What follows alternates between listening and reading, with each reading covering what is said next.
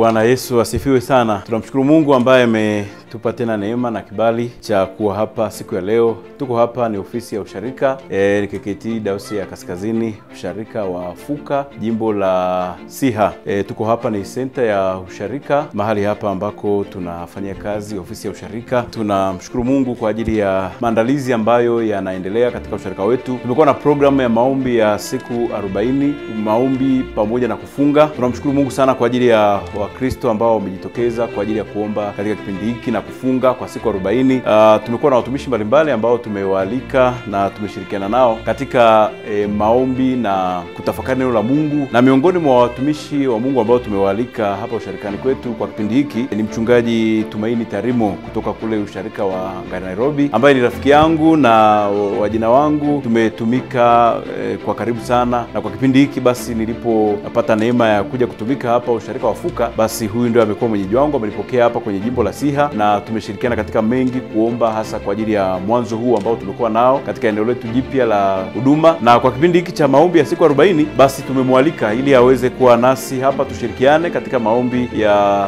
wiki nzima. Tunatimiza sasa wiki ya 3, tutakuwa tumebakiwa na wiki moja ili tuweze kumalizia maombi yetu ya siku 40. Ni maombi ambayo yamekuwa na nguvu kubwa sana, ni maombi ambayo yameleta upenyo, yameleta fursa kwa watu wengi. Watu wameendelea kufunguliwa kupitia maombi haya ambao tumeendelea kuomba. Wako watu ambao Mungu atawafanyia mambo makubwa sana tunapoenda kuhitimisha maombi haya. Wako watu ambao watakuwa wamevuka. Tulipofika hapa Fuka, panaitwa usharika wa Fuka, lakini Mungu alisema hapa ni vuka, kwa maana ya kwamba hapa ni mahali pa kuvuka. Watu watakuwa wanavuka kwenda ng'ambo ya Jordan, kwenda Kanaani. Kwa hiyo tukasema kwamba embu katika kipindi hiki tuombe kwa bidii sana, nguvu ya kuwavusha watu itokee mahali hapa. Kwa kila mtu ambaye anashiriki katika programu hii, tunaona akivuka, akienda ng'ambo kwa mafanikio makubwa sana. Nichukue nafasi hii kukaribisha sana na kukualika rafiki yetu, wajirani, msharika wetu wa hapa na wale wa sharika za majirani ambazo ziko hapa hapa Sanya Juu, jimbo la Siha, muweze kuungana nasi katika maombi haya. Tutaomba kwa ajili ya mahitaji mbalimbali. Tutaombea usharika wetu wa hapa Fuka, lakini pia tutakuwa tunaombea mahitaji mengine. Wale ambao wamekuwa wakipokea prayer items ambazo tumekuwa tukituma, tumekuwa na mahitaji mengi, na zaidi ya kuombea hapa,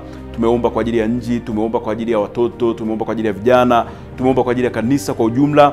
Kwa kuna mambo mengi ambayo tumeyaomba katika kipindi hiki.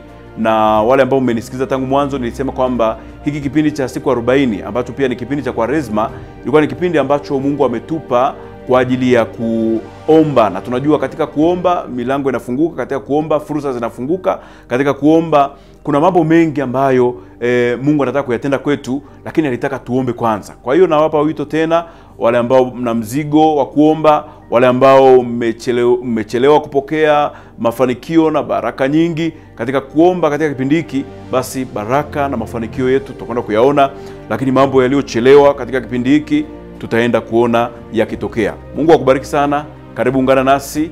Unaweza kuja mahali hapa. Tuko hapa kila siku asubuhi saa 12:30, saa 11:30 mpaka saa 12:30 asubuhi, lakini jioni tuko kuanzia saa 12:30 mpaka saa 1:30 jioni kwenye ibada zetu za masifu ya asubuhi na masifu ya jioni, morning glory na evening glory. Karibu sana mpendwa, karibu tuungane pamoja, na kuna kitu ambacho Mungu atafanya kwa ajili yako. Utakapoungana nasi katika maombi, utakapoungana nasi katika ibada na programu hii inaendelea, nadhani kuhakikishia kwamba hautabaki tena kama jinsi ulivyo.